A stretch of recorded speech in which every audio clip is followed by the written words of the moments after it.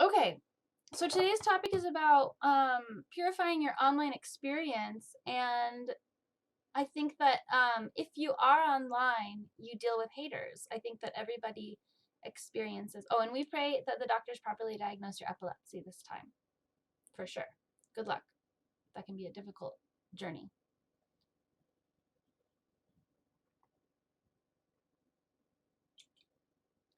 Drink water. I've been dehydrated. And you should all drink enough water. Make sure you're listening to your body. Drink your water. Okay, so what are we talking about? The internet. I've been online for a long time. And when I first joined the internet, it was really a mean place. I was on forums and message boards, and people were not kind. They were really cruel and very vicious. And while that has slightly changed, and we've had more people join us online through Facebook and other apps like Instagram, people who were not online in the early um, 90s and early 2000s even, um, we have seen a shift of kindness where you can actually just exist online and not be hazed or attacked. But if you go outside of your own social circle, a lot of times you do get hazed and you do get attacked and you do get in trouble with communities. You know, there's like weird energies that come at you, and if you end up triggering somebody in a community, sometimes the whole community can jump on your feed or something and attack you. And so I think the average person has experienced the negative comment, or and the more you put yourself out there online and the more you upload your existence to this other realm, the more you're going to be experiencing this type of weird and intense energy. So I just want to talk today about that and why that happens. And I was talking to Jeremy Garner about this a little bit, and he was talking about how, you know, in the 70s and 80s, and like my dad and my, you know, people who grew up in that time have stories of being really physically bullied. Like you would just get beat up. Like people would just come and like bullies would literally like just hit you over the head with their books or like throw you in the lake. And like, while that still happens a little bit nowadays, I feel like a lot of this is sort of been transitioned into a more conceptual realm. So it's more. So I have so many people commenting right now and wanting me to interact, and so I am so happy to answer all of your questions. But during the sermon, I'm just going to focus on the sermon because I'm just going to deliver the sermon because I would never get the sermon out if I just answered questions the whole time. So please, I will try to answer your questions at the end of the sermon. And if I don't get to them, you can message me on Instagram or send me an email or something, and I'll be happy to respond within a particular time. Okay, so the feeling of being attacked or being on display online or being misunderstood online can be really painful, especially because a lot of people feel like the internet is a place where you can come to express anything. I mean, there's furries, you know, there's all kinds of people online. Like we should be able to just be ourselves, and that's why the internet is this place of potential safety where we can go online and we can just radiate out our true selves, but there are still consequences for that. And so how do we purify our experience? How do we create an experience online that is actually feeling safe and nourishing and comforting, instead of feeling like we're constantly attacked or like we're triggering people or like we're not understood? And part of it is this really does cross over a lot to physical reality as well.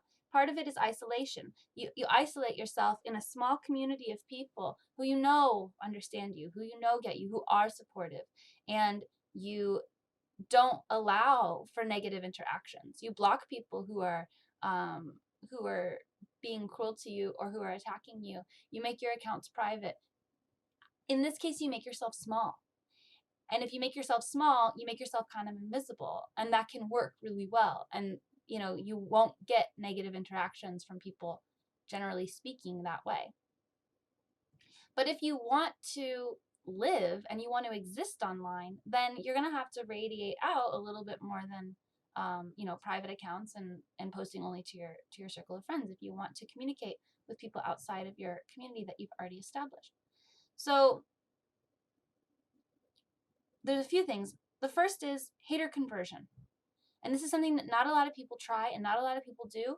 And I think that it really depends on how sensitive and how much patience you can have for people who are truly toxic. And if you can have just a little bit of patience for negative comments and you can interact with them in a way that is loving and understanding. When people comment negative or hateful things, a lot of times it's because they feel that that is the only way to get attention. It's sort of like a baby or a toddler throwing a fit because they think that that's the only way that they're going to get attention. And there's a few ways to handle that. The first way is to ignore the tantrum, let them cry it out. Well, what does that do? That just makes them throw a bigger tantrum, and it hurts because as a child, let's imagine, as a child, and you're trying to communicate, and so you're hurting because you're like, I need something and I don't know how to communicate it, so I'm just gonna cry really loudly and stomp my feet. Then if your parents still don't understand that, then that hurts even more and it makes you more and more bitter, right? So we can look at haters as these like infantile intelligences where they are throwing temper tantrums. They're trying to insult in order to get a rise, in order to get the attention that they need, or the information or the thing that they crave. Each hater is going to have a different reason why they're doing what they're doing. It doesn't always mean that they hate themselves. Maybe they have something bad going on in their lives. Maybe it's an escape mechanism. Maybe they just want to feel some kind of interaction with the community, and this is the community that they know and that they're a part of. So when a hater comments on your stuff or when they're attacking you, what I do is I say, what is it you would like me to know? How can I help you? What is it you're trying to say? What is it you're really upset about? Trying to get to the root of the feeling of what they're experiencing. Because they're throwing a fit because they want to say something, but they're not saying it. So if you can say, what is it you really feel about me or my art or this video? And sometimes they'll just instantly be like, you're a stupid bitch, and just like say another thing that's not what they really think. And then it's up to you how much patience you're willing to have. If you can listen and you can say, I hear that you're upset, but what is it that you're upset about truly, deeply? How have I hurt you? How are you hurting? How are you mad? What's making you mad? What's making you upset? And then it causes them to stop and think. And they say, why am I upset? I'm upset because you're dumb. Okay, well, how long can they really cycle on this before they realize that's not what they're really feeling? So how much patience can you have for a hater? It's up to you. Block them as soon as you're like, whew, all right. And the other thing is, there's a difference between empty negative attacks. If you guys look at the Vice comments on that episode, every aspect of my entire anything has been attacked. My clothing, my face, my voice, my style, my hair, my past, my present, my future, my ideas. There's something happening there where people are just upset about something, and so they're trying to latch on to anything that seems apparent that they can attack, because what I'm doing is pushing them into a place of uncomfortability. When we're in our societal box and we're fitting in, it's a fundamental fear of not fitting in and not belonging. And people have this deep, deep, deep fear of not fitting in, of not being accepted, of not belonging. And if somebody is walking around who is crazy, what we generally do in our society is we say, look at that crazy person. I'm not crazy. Because you're trying to off-put the attention away from yourself so that you can continue to conform, so that you can be safe. and accepted in your community. Which I get and I understand, but we can't keep continuing to pressure each other into conformity because it's toxic.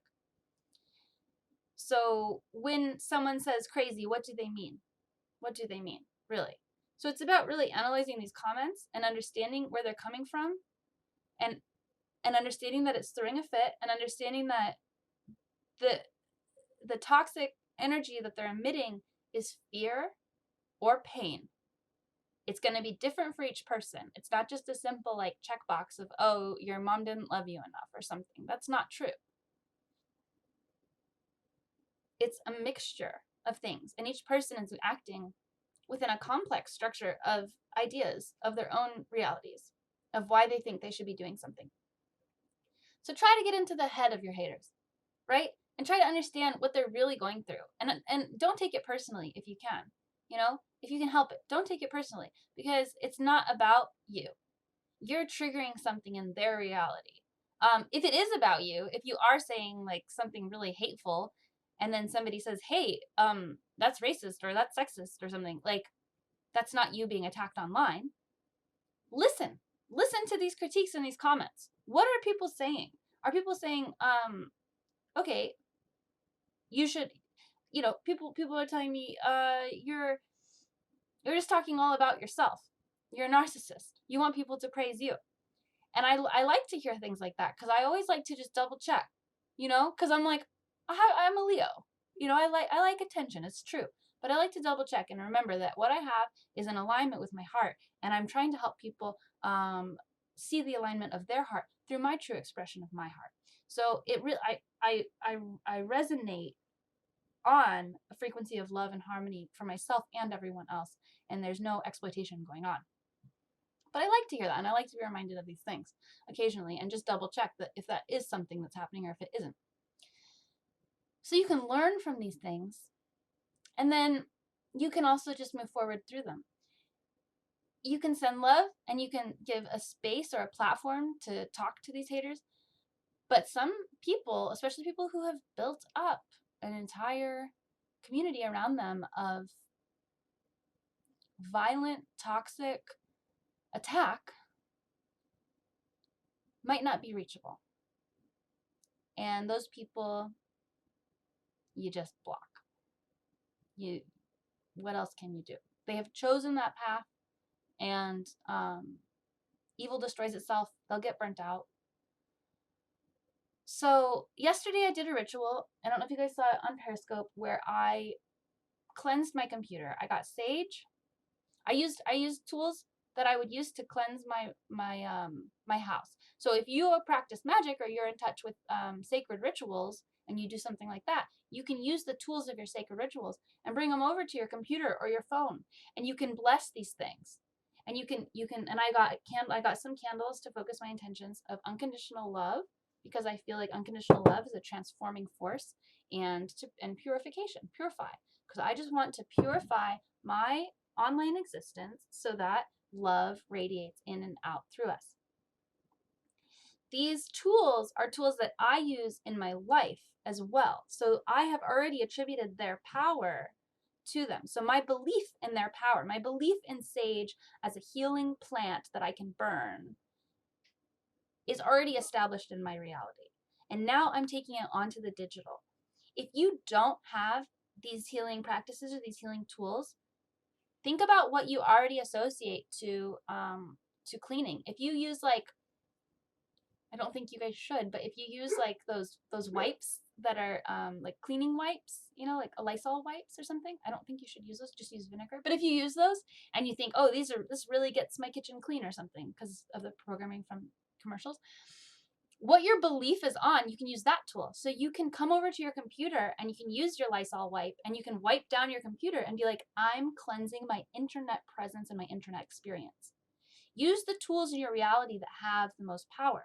If you want to change the tool, if you want to say, I do want to learn about sage, I do want to learn about, bells or candles, you can do that too. But only do what resonates with you. Sage and candles and bells, those aren't the only ways to cleanse a space. How do you feel when your house gets really clean? When you feel like you really are ready to have a Unicult potluck? That's relevant to everyone, right?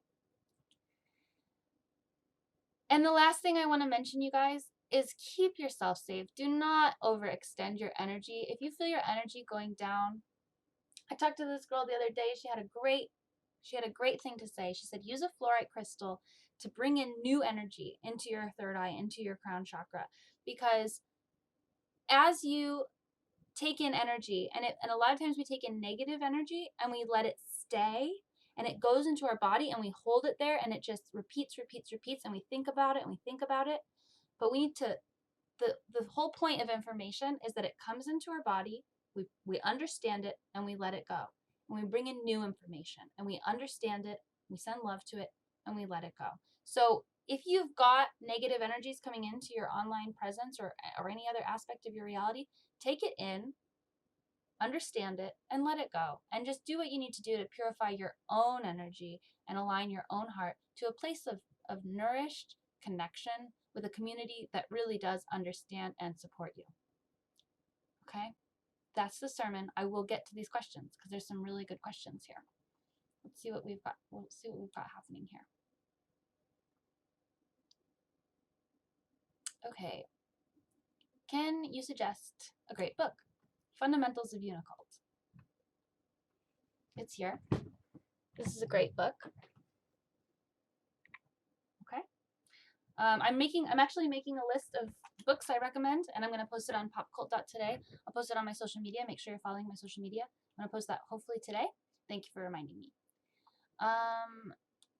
This person says, so they are channeling the negative energy they developed from their situation to something apparent, right? Yeah. So when a hater is feeling agitated, you're triggering them. Maybe they don't have the insight to really say, wow, this is making me feel insecure or something like that. They're saying, I'm hurting. Your hair looks dumb. Right? So just see it as like a misunderstanding of their own pain and their own consciousness. Most of the things are deep roots that on the surface have many heads. Yes. Very true. Hello from South Africa. Jerry's in a cult now. Welcome. Can you talk about freeing feeling ugly and self-hatred? Yeah, that would be a whole other topic. So maybe we can do that on another Cam Church. I would say watch my video on YouTube called Radical Self-Love. Yeah, watch that video. You don't have to buy the package to join. You can participate online. If you want to be invited into the private community online where people interact, then you have to get the application, but you don't have to get the welcome package. So if you go on Etsy, you can join Unicult by getting the application. It's an $11 lifetime fee. It's very cheap, and then you're in the community for life. So you don't have to stay in it for life. You can leave and come back. A lot of people take little breaks and come back when their life aligns again. No one's keeping you here. But in order to be invited into the private communities online, that's how you do that. I work very hard and it's something I'm proud of, but some of the job entails low-key persuasion. Is this good for me mentally? So, Robbie, I would say that as a salesperson, to be an ethical salesperson, you should be solving problems. I don't think that it's wrong to persuade people, but you should make sure that you're actually solving a problem. So my dad taught me this. A good salesperson solves two problems, their own problem and the problem of their customer. So if a customer is coming to you and let's say you're selling clothes and they are looking for clothes and you're persuading them to buy more expensive clothes just because it serves you, you have to really analyze, do you think that them buying the more expensive clothes is truly what's in alignment with what they need? So that's how you bring your ethical nature into it, is yes, you can persuade people, but make sure that you're opening it up so that it's benefiting them as well, truly. And do your best to do that. You can't always do that, but try it. You joined, waiting for your application. Yay! What's in the welcome pack? It's like it's a few pieces of, there's like a little booklet and a crystal and a sticker and there's just like different stuff that you can interact with physically, but it's like you can sort of start building like a little altar with some of this stuff. How do you collect the crystals from your crystal video? Oh, all over. Get them from stores and crystal shows, and I guess those are the only two places. Yeah, crystal shows and crystal stores. Okay, let's see what Instagram questions are. We've got a question.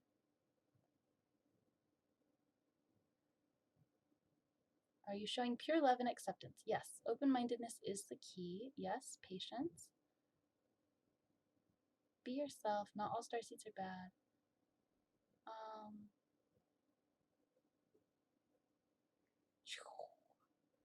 Okay. What that really means is they hate their hair. Yeah, it means they hate their hair, or they're afraid that other people will hate their hair. Do you know about accelerationalism and CCRU? No, I don't. Feel free to send me a link. All right, you guys, thank you for joining me for Cam Church. It's been such a pleasure and an honor getting to know the new people in this community. So happy to have you guys here, and look forward to all the great things that we're going to be doing. And join Unicult. Feel free to follow online. Just continue to follow online if you're not sure, you're not comfortable. If you want to know about like all the things that Unicult is, this is the place to do it. It's got everything in it, and this book will change your life. It's a great book. It really helps people understand and resonate on their authentic selves. So you're wicked and noticing a few connections between the two. Can you talk about that? Yes. Okay, so Unicultism, the religion of Unicult, is a religion that was developed for my own happiness. Unicult itself is a solutions-based organization that the religion of Unicult is within. Everything, and it's the guiding principle. It's kind of like the heart of Unicult.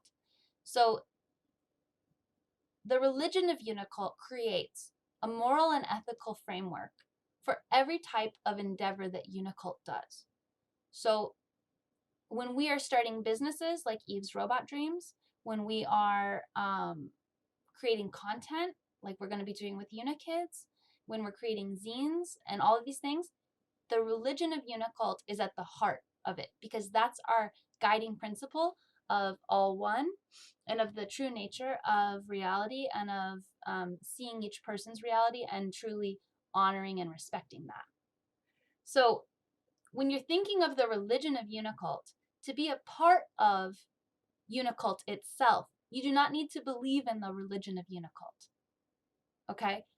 Or Unicultism, whichever you want to call it. And that's where we get the idea of cherry picking your ideas. So Unicultism, or the religion of Unicult, is a religion that I created for my own self to get myself out of depression. It's my true heart. It's my belief set that makes me happy. What's cool about it is that it ended up, I've created this based on hundreds, thousands of books that I've read, and also my own meditative practices and my own channelings of energies and hours of YouTube that I've watched and other people. And I've taken from the world what has made me feel truly happy, and I feel like what I have discovered is my own personal truth. Each person has their own personal truth, their own personal connection to something higher. So I resonate a lot with practices of the earth, with Wiccan practices, with candle spells, with witchcraft, with energy emitting in that way, and with crystals and things like that, because I feel as though they align with my personal truth. Those have been incorporated in these particular types of practices have been incorporated in the religion of Unicult, because the religion of Unicult is for me. For you, I encourage everybody who participates in Unicult, the overarching structure of Unicult, to understand the religion of Unicult, because it is a guiding principle for everything we do. Do you have to believe everything I believe? No. And that's the point. You're not supposed to. You're supposed to read what I have written and what I have created and say, I like this, I don't know about that. But think about it. You think deeply about all these things. And then you create your own spirituality, your own structure, your own connection to something higher. You create your own practices, your own altars, your own rituals, your own prayers. That's Unicult. Yes, it's real. Join Unicult. I'm not a starseed, but I'm an incarnated earth angel. Very empathic. Great to find a group that is 100% me. Great. So happy to have you here.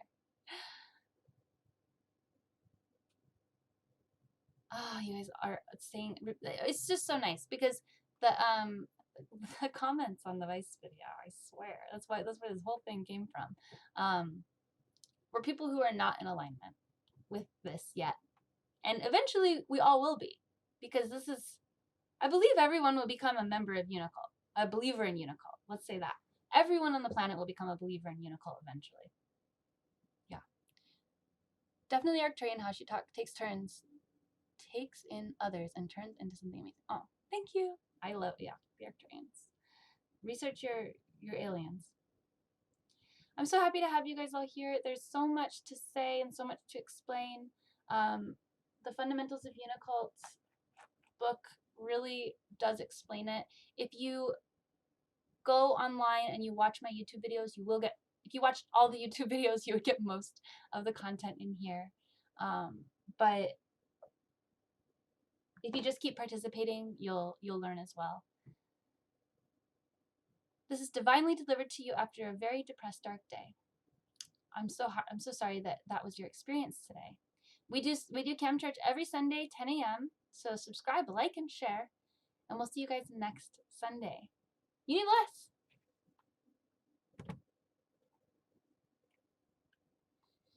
There isn't an audiobook. Maybe I will put that on my to-do list. Bunny, maybe wait like a month for that, and then message me again about it. If it still doesn't exist, just message me every month until that exists. I learned about Unicult from the Vice video. I don't think it's harmful and seems to be good for most people. It's a beacon of good vibes for everyone. Do you do all your own graphic design? I'm a designer and be interested in helping out. Oh, Kaden, yes, thank you. Our logo was designed by another designer and it has since been adapted. So I changed the logo quite a bit, but the basic logo was done by another designer. I do all the other stuff. I do all the stickers and everything. Yes, Kishman, you can watch the replay though. We're just wrapping up. But Kaden, please check out universe.com with 1s for I's and 3s for E's, UN1B3RS3, the Unicult website, and check out Unijobs on there.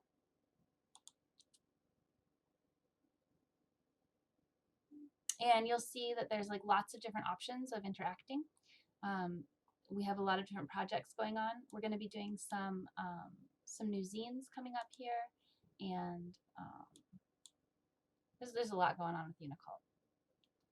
You can join by going to Etsy. Let me do a, here, let me show, hang on.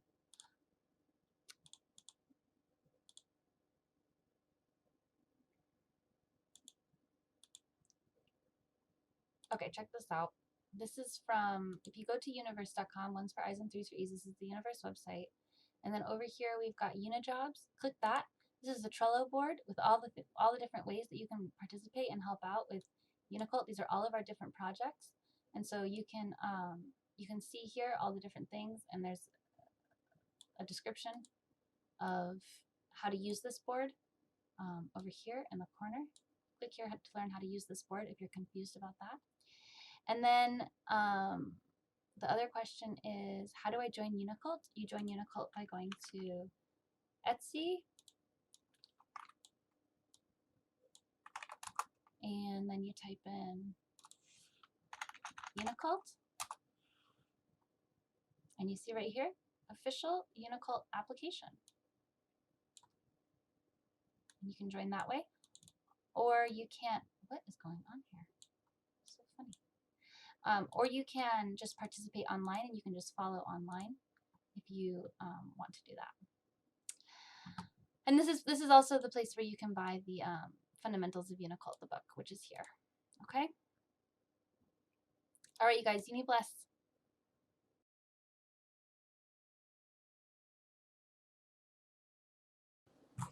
Okay, so today's sermon is about sensitivity.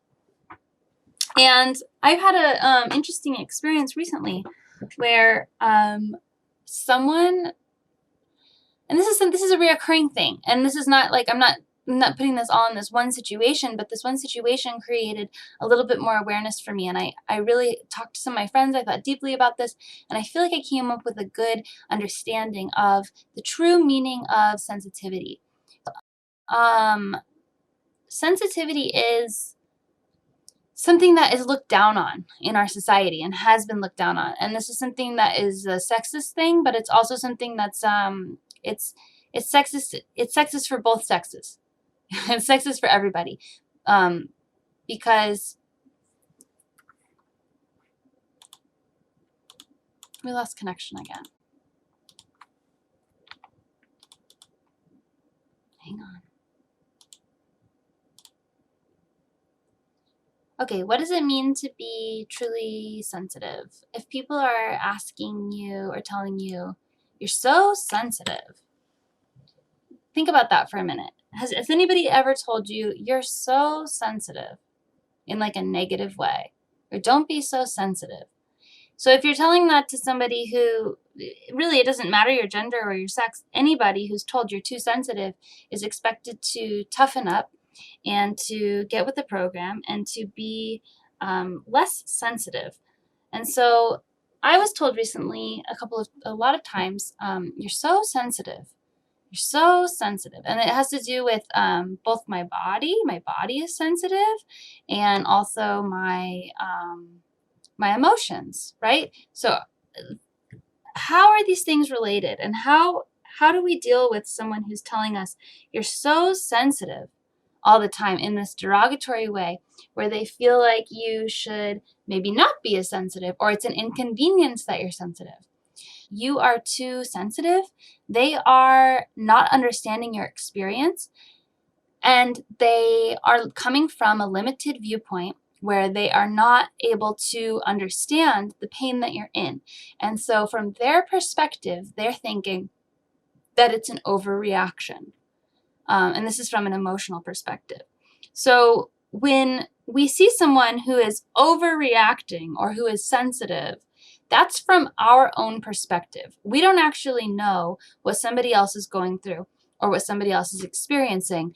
And what I encourage you all to do, and most people in Unicult are very empathic and very sensitive already and very aware of these things, but what I encourage you to do, if you feel like someone is overreacting or you feel like they're being too sensitive, is to put yourself into their position and try to realize that when someone is reacting in a way that you feel is an overreaction, that's because the strength of their emotions justifies it. If you had the exact same strength of emotions as they're having, you would act in exactly the same way. This is something that I learned a lot as someone with BPD. This is something that you can see with children. Parents think, oh, this kid is just overreacting. Well, if you were a kid,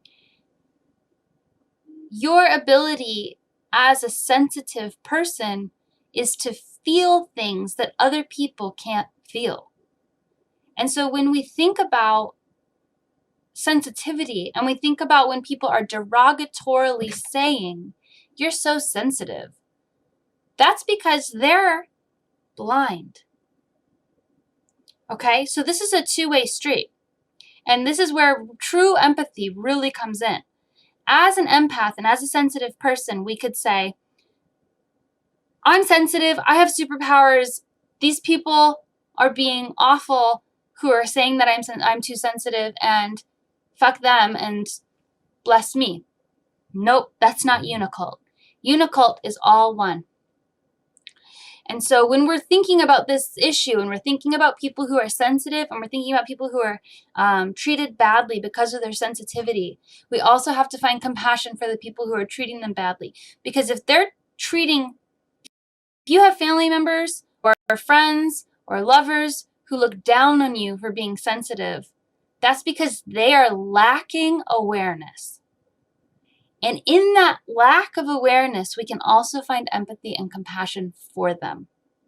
The way that I came to realize this is that they are blind or deaf. Let's use deaf, because you are literally trying to, if you're trying to express to someone something of your own sensitivity and they're not on that level, they literally cannot see or hear what you're talking about.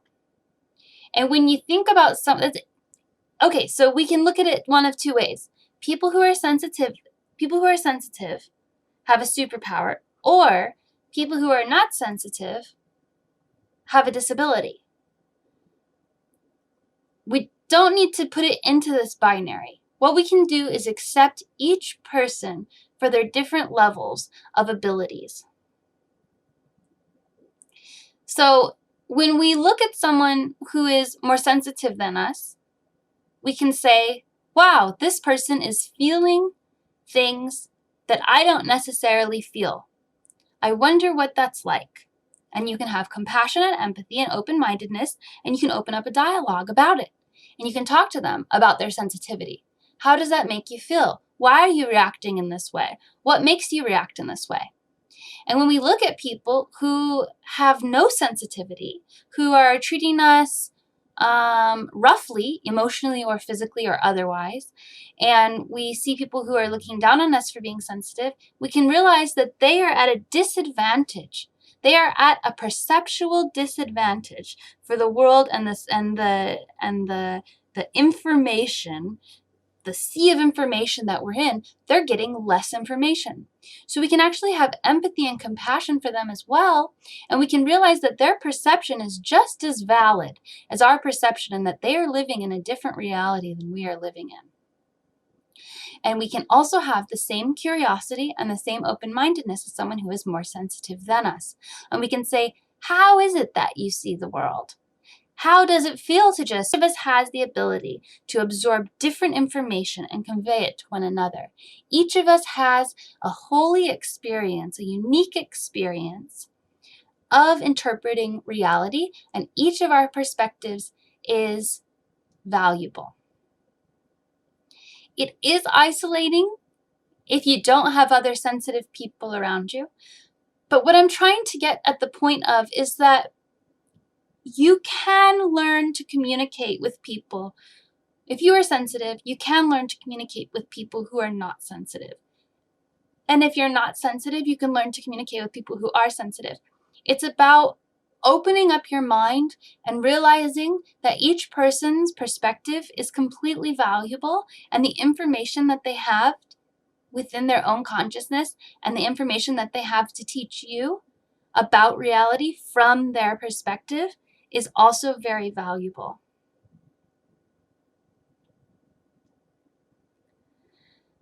So instead of looking down on somebody for not being sensitive enough, or looking down on somebody for being too sensitive, or being mad that someone thinks that you're too sensitive, or being mad that somebody's not understanding you because you're sensitive, try to value every aspect of this.